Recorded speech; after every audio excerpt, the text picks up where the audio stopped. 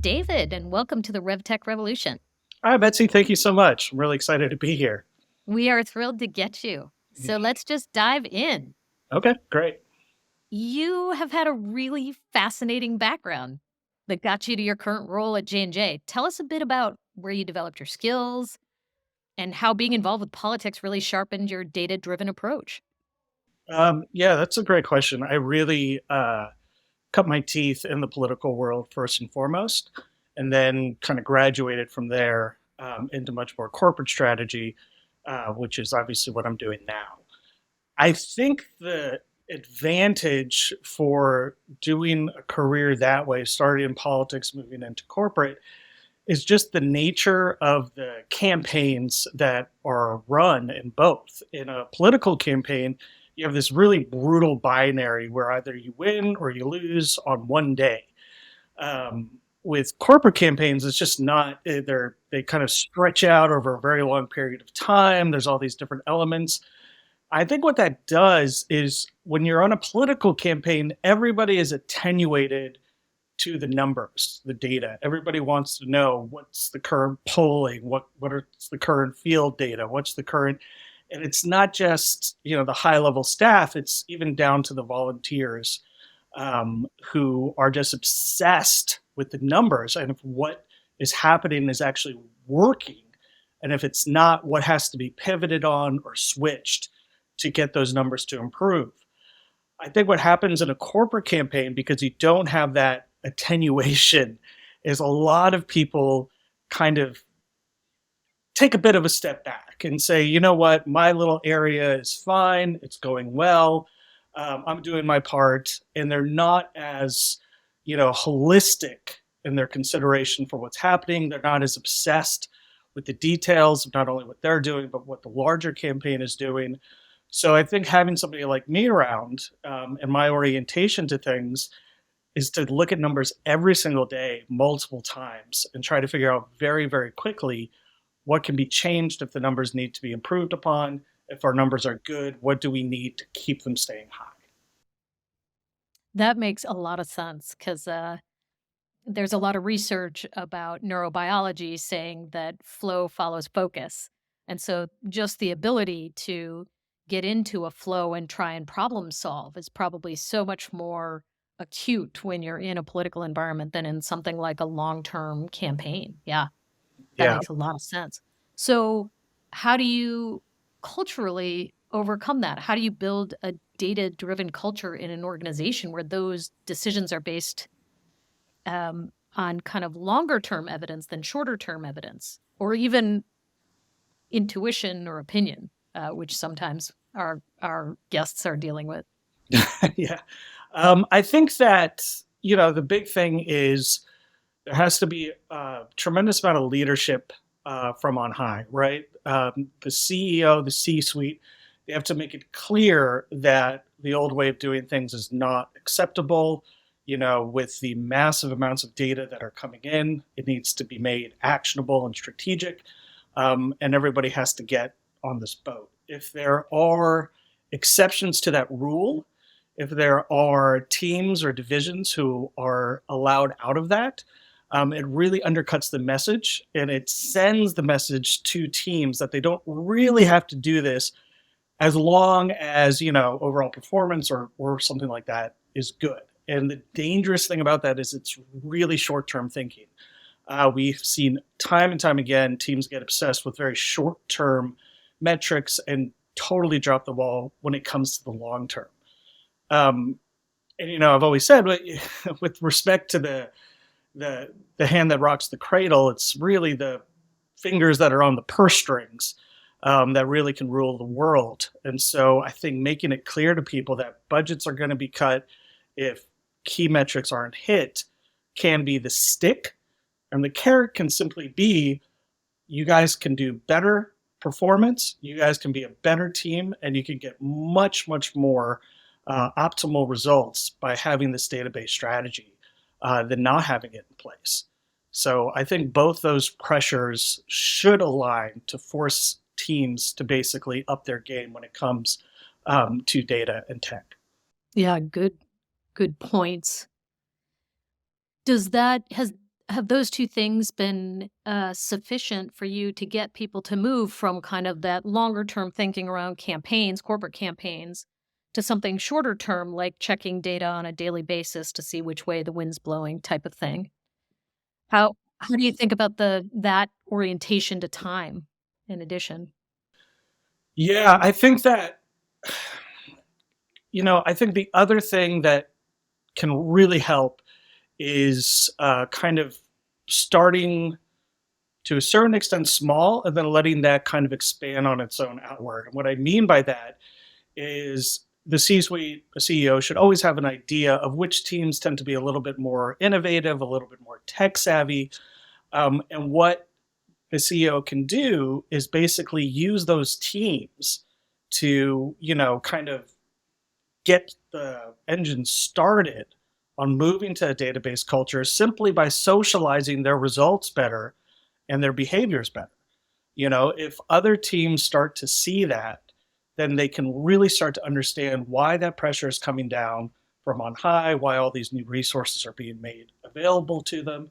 And it should create a certain amount of jealousy, and possibly even worry that, they're getting ahead of us when there's no reason for them to be. And so I think there's a lot of fear, with managers a lot of times in admitting that they're a little bit scared of a new approach. Big data just by itself can be a fear invoking term. But I think if you see it in your peer set and you can get a very up close and very, results that you can believe in because you know that team, you know what they do, I think that makes it very easier for you to accept and for you to ask the questions necessary in order to get those practices into your own team and really start to up level what you're doing. Is there an example in your background of this type of cultural challenge that you can share with us, even if names are redacted to protect the innocent? Yeah, exactly. There was one time I was working with a major nonprofit organization, and they had a bit of an insight that maybe, they should worry about their brand health just like any kind of corporation does. And what was extraordinary is we introduced, brand health as a metric and started to talk to the teams about it. And one of their top people who stood, wait on that, stood up and basically said, I will never be held to this metric ever. I don't want anything to do with it. I respect the fact that's where this organization is going, but I'm not going to be held to a brand health metric. And what was scary to me was after the meeting, and I spoke with my contact, and I was like, "So who was that guy?" And he's like, "Well, if we're going to be involved in brand health, he's kind of the guy who's going to be in charge of our brand health." So I was like, "Oh God, shoot me!" Um, and what had happened when we went to go speak to him is that he thought his performance and his team were going to be evaluated against the company's brand health. And from his ears, he was like, "That's crazy. I don't know what I do that feeds brand health. So the last thing in the world is I want some meta metric coming from an outside consultant to determine, the size of my team, the salaries and bonuses, all of the rest." And so we had to, have a bit of a come to Jesus moment, but we also had to explain to him very clearly brand health in and of itself wouldn't decide his job, right? What was important to the executive director and the board of the organization was we simply start to pay attention to it. And when I talked to him and showed him the materials and everything that was going into brand health, I was like, what this is going to give us is a number. And we are going to understand what is feeding that number and what is not. And the things that you can control, the things that you can impact, are going to be handed to you for you to develop a much bigger strategic vision than you've ever had access to before. This is not, and at no point are we going to say your experience doesn't matter or if this number doesn't go up by 5 points, you're fired. What we are going to say is this is what's working, this is what's not. So let's go with what's working and drop what's not. And we're going to do that in consultation with you.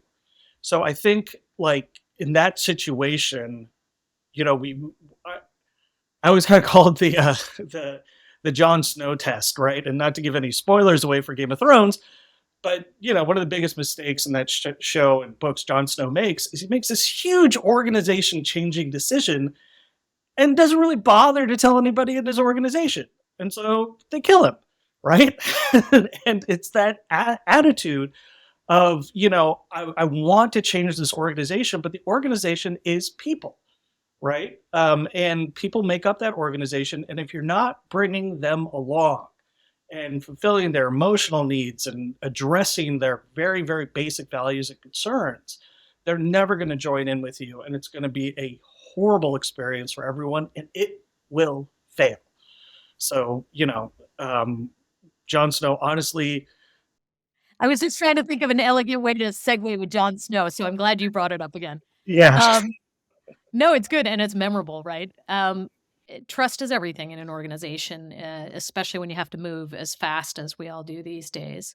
So instead of going Jon Snow, I'm going to segue down on trust and ask you get a little bit more granular, because of course, data-driven decision making relies on that, right? Like we're moving from this world where you had to trust the highest paid person in the room or the person who was closest to the customer about their intuition, and now we're moving towards data in a system. But you have to have trust in the data in the system. So I wanted to kind of go there for a little bit and talk about, we all know that bad data exists in our systems. How do you manage the effect of that as you're establishing this type of culture? And are there different types of approaches that you take to that transition? Yeah. No, that's a great question. I think, you know, this is going to sound a bit odd. I'm not sure I've ever actually seen bad data.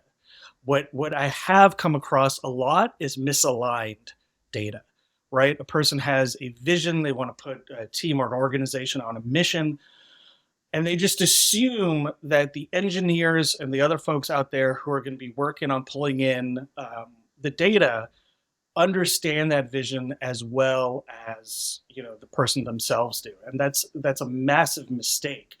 And the reason it's such a mistake is because people don't understand, when they say unstructured data, that is very literal. And if you imagine like an unstructured building, it would just be a pile of bricks and steel and all the rest of it.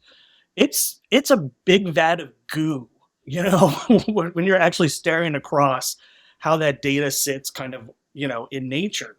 So what you have to school your engineers on and work with them very, very, very closely on is when you go in and start to put those structures on that goo and start to pull it out and analyze it and action on it and find, and implement the strategy based upon that, that at every single step, the data that's coming in is the data that you actually need. Otherwise, it's not necessarily a matter of garbage in, garbage out, but misaligned resources in, and there's absolutely nothing you can build with that. So I think it's fundamental. I love working with data scientists. So I'm very close with folks who code and engineers, and I think that's really helped me be just as crystal clear as I can on exactly what's needed and how, because that's not really understanding that from our point of view is not really what their job is. And I don't think it should be. I think it should be a matter of, teamwork coming together, somebody with, a vision, somebody with the hands to kind of reach in and make that vision possible, always aligned and working together so that it actually works. I think anything else, you're putting yourself in a very, very dangerous, flawed situation. Yeah, it's a great answer, and you kind of went in a different direction than I thought you might. So I appreciate that because I think from a design perspective and an architectural perspective, 100% what you said is correct. I guess being pragmatic, is it true that you've never really walked into a situation where there was no bad data because you weren't at the other end of that approach to architecture and design? I've walked into situations where the data was not what they told me it would be because they had made assumptions and they hadn't spoken to their engineers. So, once upon a time, I was working with a major hotel casino and I was asking them about guest data. And they're like, oh, we have all that. And I was like, okay, well, what do you have? And they're like, they're like voter databases, but with our guests. We've got all kinds of data points, all kinds of blah, blah, blah. And we survey them all the time. So, we know them really intimately. And that just seemed remarkable to me because honestly, their marketing was trash and it wasn't effective at all. So when I went and took a look at their database, what I immediately saw, some point, the survey responses, and these are surveys on their guests, were being were pushed off and were ending up in another database. Oh, yeah. And they had Yeah. lost, yeah, the matching markers between those two. And then furthermore, somebody had the bright idea that for storage issues, they needed to reduce the amount they were holding on each guest. So a lot of times it was just a name, and maybe some additional data points like a credit card number or an email address.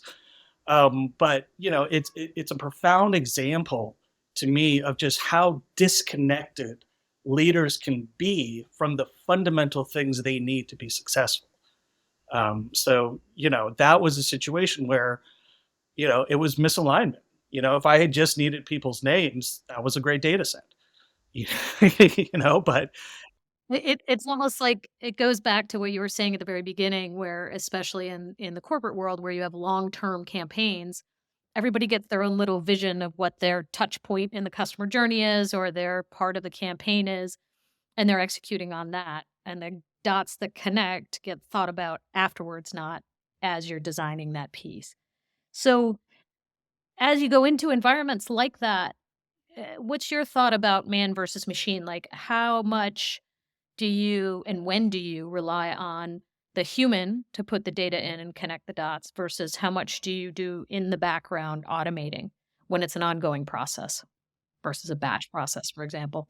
yeah, no, and I think that question applies to a lot, right, of what we're particularly seeing now. I think one of our basic misunderstandings is that data can be objective, right? That's what I always hear. Well, what's the data? The data is objective, and anybody who's spent time in data collection knows it's the furthest thing from it, right? We're making very subjective assumptions of what data we need, what type of data, how to collect it, how to analyze it, at each step of the way, right? Gigantic subjective guesses are being made. Yeah, and that's all in a certain context that you may not see when you're pulling it out of context. Yeah, Yeah. absolutely. Exactly.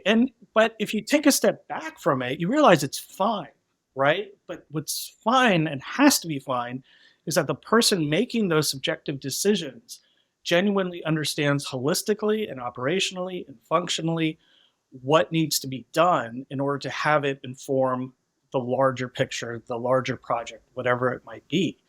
And so when it comes to automation, you can recognize a repetitive task, you can recognize something that does need to be automated, but I never suggest anybody do that without consulting the internal experts they have on why maybe that hasn't been automated yet, right? And why, it's still done that way. Then there's hosts of great reasons, and they can be anything from like, well, our computer doesn't actually have the kind of software to do that to, something else like, oh, well, we just don't understand the nature of automation.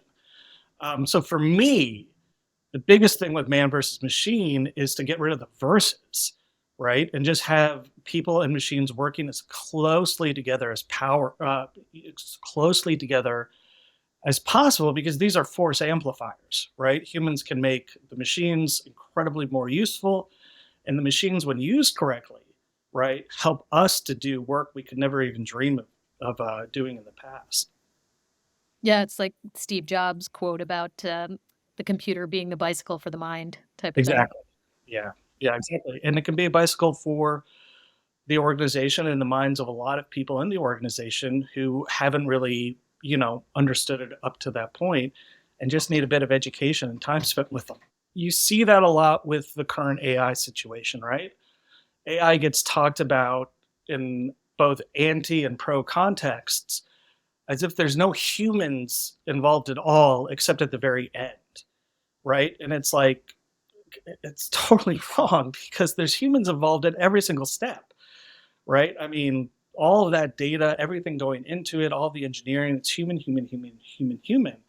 And when I think about the dangers of AI such that exist, I always come back to, well, it's the person wielding it who's the danger, not the thing in of itself. Um, past use of AI, like lookalike audiences and platforms like Facebook, where we could upload, 10,000 names, and then Facebook would find us a million people who looked like those 10,000. That's enormously powerful for a small business. Where it was damaging is when people took like the membership of an extreme far right party in Europe, put that into the machine, and all of a sudden found a million more people who would love that party if they heard about them. Right? That was the basis for a lot of the destabilizing measures that we've seen in digital and social over these past few years. But it wasn't intrinsic in the AI tech then, and it's not now, right? It's all going to be who's using it and for what purpose. I'm going to segue away from AI for a little bit I understand. and go into just let's talk a little bit about using customer data for R&D and, insights and strategy in your current job. So, how do you use customer data to drive strategy, and how do you use it to understand customer needs or unmet markets, that kind of thing, underserved markets rather? Right. No, that's it's a huge problem, right? Because there's so much customer data, you can genuinely get lost in it. And I've seen that happen a lot, where people, the fact that we could tap into thousands of data points on individuals is just overwhelming. And I think what's important there is a good strategy should be based on customer data, but you have to be really aggressive on the type of data collection that you're using. Is it surveys? Is it focus groups? Is it big data analysis? What kind of statistical approaches are they using in order to extract those insights that feed strategy really well? One of the problems we always have, you know, it, it goes back to that whole thing, like, fake laugh tracks, that they use on sitcoms. We all hear and we all supposedly hate have consistently been found to increase people's enjoyment of those shows. But you talk to them and they're like, no, I hate that. I want you to get rid of it. So that is a continual, threat to the health of our customer, of basically extracting insights from our customer data, is that they're saying something when it's actually a deeper something else. I think for those reasons, you have to involve experts and you have to involve people who have an understanding of those possible failure points, in order to push forward. And what I really try and push people now on is the fact that we can track how those strategies are doing, like on a daily basis when they get in front of real actual people. And there's no reason why we can't start pulling that data in order to iterate and optimize as the strategy kind of, continues forward. Um, it, it, it's an incredible approach to me because it tells you very quickly, you know, um, that's something that was based on someone's gut or a customer data insight that maybe was true 2 years ago but isn't true today, whether it's actually working or not, and can save you tremendous amounts of money and time and resources, and vastly improve the efficiency of your spend. So you used a really interesting word at the very beginning of that, which was aggressive. Um, Hmm. is that a prioritization word, or what do you mean by aggressive when you're saying that? You're right. There's a million data points that you could choose at any moment to formulate strategy, but picking the right approach and almost approaching it like a cultural anthropologist, right? Like going back to people will tell you different. They'll tell you something different than what they mean often. So yeah, tell me what aggressive meant in that context. I think it means being willing to challenge assumptions. I always say the most terrifying data point I see is something that reaffirms something I previously believed, right? Because your ego is always in danger of taking over. And so seeing something justify what you hoped would be true, is a great way to get led off of what is actually going to work. Yeah. And so I So think that's where that aggression comes in, and just like, how do we know this? Why do we know it? Why are we saying it? What proof do we have? Like push and push and push and push and push until you get to a point where the success is clear. And then even at that point, pushing harder to make sure you build on that and sustain it. yeah, yeah. Yeah, and I think it's interesting your political campaign background probably sharpens that, because you had such a fixed endpoint of win or loss, like you said, as a fixed binary. Because that platform for experimentation, at least in big enterprises, the way you talk about it, which is hypothesis and then test and iterate as frequently as you can until you know you've got a scale signal. Um, that's rare. It's still rare. We're getting there, but it's still rare. Yeah, absolutely. And that's always been one of the ongoing things I've been interested in, is the ability to be disruptive as a small entity simply because you can move faster, than the bigger one that you're challenging. Are there, because the business J&J is in, are there any particular privacy or regulatory concerns when it comes to joining data that really block you from a strategic standpoint? I would honestly say no, but that's because I fundamentally believe in data privacy, and I've seen so many campaigns work that didn't have personally identifiable information, right? And so it's no trip to me, right, to have to abide by HIPAA and to abide by anonymization of data. In fact, I'm a very deep, passionate believer. If that's what you're depending on to do well, I mean, you're terrible at what you do. There's just no reason for it. So I'm actually a very enthusiastic backer of GDPR and of all the rules and regulations that are put in place to protect data privacy, simply because I think the downside is tremendous, for us as individuals and as a society, and the upside is questionable at best. Yeah, I was going to say, is there any case where you've used data responsibly via redaction or whatever the case may be that actually gave you an edge? Or you haven't even gone down that path because you don't need it? Yeah, I mean, there's always, you're, I mean, to be honest, right? Like, there's always these random court cases. Somebody's getting sued, and you have to disclose a full data set, and you know, um, you just have to remember and trust yourself. They've always been an ethical researcher, and so they're not going to find anything. Um, so there's just that continued career success. But then there's also whenever somebody says to me, well, I think this is one of those times where we really have to kind of push the boundaries on PII, because honestly, it is terribly regulated in terms of, actual enforcement. It's more one of those things that comes down to the individual's own ethics and morals to do it. And somebody says something like that to me, kind of off the record, I'm like, well, let's just try it with the anonymous data and see what happens. And it's always worked out fine. It's just I've never been at a point in 17 years of doing this work where I was like, oh, if we only had their names, and their personal addresses.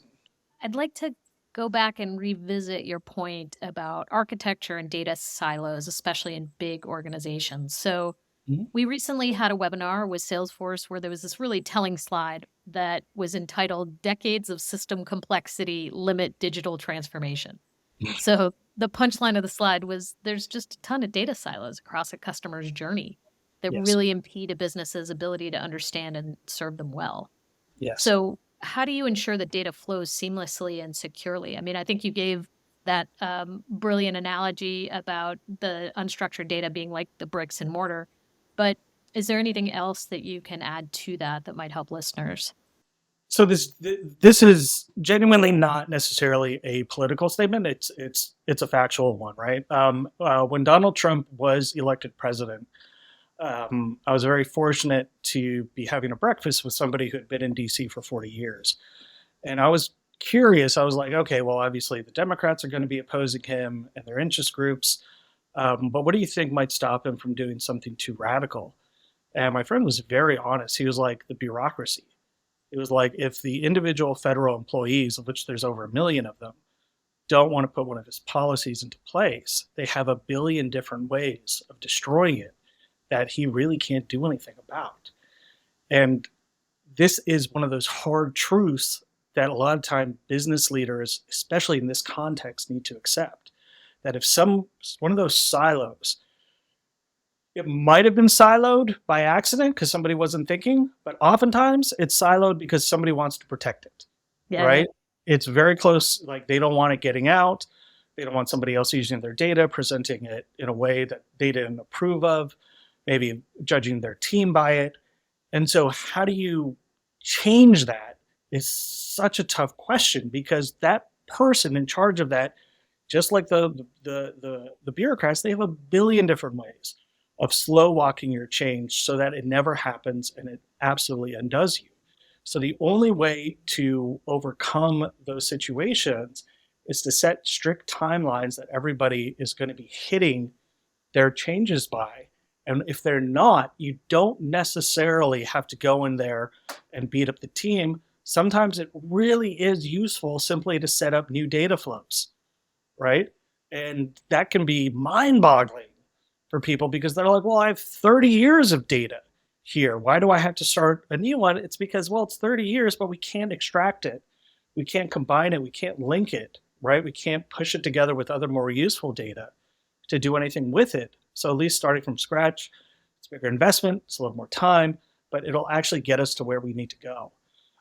So I think in those situations, leadership just has to be very, very honest with themselves, and can't get tied up in this notion that simply believing in digital transformation, believing in unsiloing the data, and putting consultants in place to make it happen is going to work, right? That there's going to be so many obstacles that they never even dreamed of.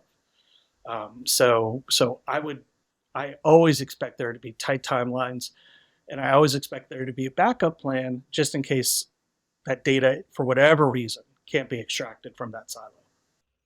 It's uh it's interesting that the second answer is about organizational culture, right? Like the first is about design and architecture, and the second is about culture, because especially in big organizations, that's what it's all about.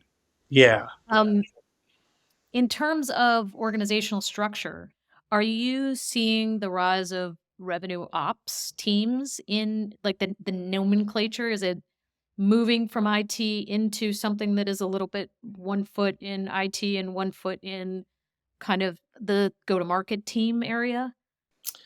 I think in some of the more innovative organizations, they're recognizing the power of IT, of it going far beyond, simply getting PowerPoint on somebody's computer or something like that, and understanding that, the technology is fundamental to their success, and bringing it into play, especially in such a, fundamental area such as revenue operations, is simply going to be tremendously helpful for the entire business. I think once again, our habits take over and we have just terrible habits, right? And so it's one of those things where to get out of them, right, examples have to be set, things have to be socialized, and leaders have to be shown a better way that by bringing these two together, you can achieve exponentially improved performance. So, are you seeing what's the persona that is taking those roles on? Is it really IT folks who are migrating more into the ops side and into the go-to-market side, or is it all sorts that the more technically minded go-to-market folks are migrating into the system side? Oh, that's really actually. I would say it's a bit of a combination of both. One of those biggest questions across, I think, a lot of human endeavors, right, is what is innovation? And I'm not even sure I'm as curious about that as I'm like, what does an innovator look like? And so, what I see with these organizations who are making that shift, they have an innovative person who has an expertise in one of those areas and a tremendous amount of respect and curiosity for the expertise in the other area. So if they're an IT person, they're really fascinated by what makes revenue and ops systems better. If they're a systems person, they're really curious about IT infrastructure and all of that. Those people tend to start the conversations that create the internal, kind of organizational knowledge and culture that allows those to migrate together and start to perform together. Um, I always hire based upon how flexible I think a person can be, right? And I love one of the fundamental questions I always ask in an interview is tell me a time you were curious about something and what that looked like. Because you just need people who have that. Well, why does that work? Why don't I just go talk to that person and see what they did and see if I can do anything with it? And maybe there's something that we can collaborate on. Those are really the people that are making the world run, and I think they're really the people who are building the future for us too. It's an excellent answer. That curiosity drives the innovation that is bringing these organizational structures together to support each other, because you have to have one foot in both worlds anyway. Right. Exactly. Exactly. Is there a piece of advice you'd give a career changer or someone just beginning their career who might be interested in this space? Yeah, I love the fundamental thing of just looking at successful people and finding out how they did it. So I always enjoy when, a junior person or, I teach occasionally at colleges, a student comes up to me because the answers are so basic. They can be a bit heartbreaking, right? It's just like data's not scary, right? So just start talking to people who understand it, understand how to use it. You don't have to be ever a data scientist or an engineer to understand what those systems are capable and what they're not. And have the confidence to understand that people like me are really worried about getting old and no longer being relevant, right? So having like a young person come up to me and ask me for, a bit of advice, I'm always thrilled to go into that with them and identify for them where I see, the current gaps and where my concerns are, what's keeping me up at night, and almost always a person who starts investing their time in those is somebody who's going to be spending their time very wisely. One of my mentors always said the tech changes, the humans don't, right? So there's fundamental things about us and how we interact with this tech that if you focus on and you study and you get used to, are really going to just be a huge boost to a career and to your life in general. I've always found this work incredibly rewarding. And part of that is I get to help my friends too. Data affects my creative freelancer friends, just like it affects the CEOs who I work with. So just being able to help them out and understanding how to use Google Analytics, how to do SEO on their sites, how to actually employ social. All of those are data informed things that I get to help my buddies with simply because I invested my time, years and years ago in understanding those and getting to use them. That's great. Good answer. Last one would be, is for folks who are already in the position, do you have some resource or set of resources that you'd point them to keep sharpening their own saw? Um, this is one of the more difficult questions, I think, for me to take because I honestly have not seen a lot of work that I consider to be that impressive when it comes to things like organizational change. It can be a very gooey, mushy, almost like kumbaya type area, and I think it really has to be very hard nosed, and it has to match the kind of intensity a political campaign has in terms of that binary success or failure. Gregory Satell, Satell. I've always found him to be a really interesting thought leader in this, and I've continually gone to his resources and spoken to him a few times. There is a company I know of out there called Indigo Metrics, which is doing phenomenal work in terms of anonymized peer-to-peer valuations, which I love because nobody knows better how you're doing than the person sitting next to you a lot of times. And what Indigo is focused on is creating like a safe space for people to, talk about themselves and their coworkers, rate them, and provide that, feed that, data back into a system so managers can really operationalize and start to see the shifts that are taking place and focus in on the areas that are weak and address them as quickly as possible. Hmm. Those are two really good ones we haven't heard before, so thank you for that. Of And course. again, this has just been a terrific conversation, David. I don't know if you know Chip Conley, the Airbnb board member, but he has this term called the modern elder who is as wise as he is curious. And I think that applies to you tremendously. So, Well, thank you. Appreciate that. wonderful conversation. I really appreciate all of the insights you gave us, and it was really fun to hear your perspective. Thank you so much, Betsy. This has been a great interview, and I really appreciate your thoughtful questions and time. Really enjoyed this.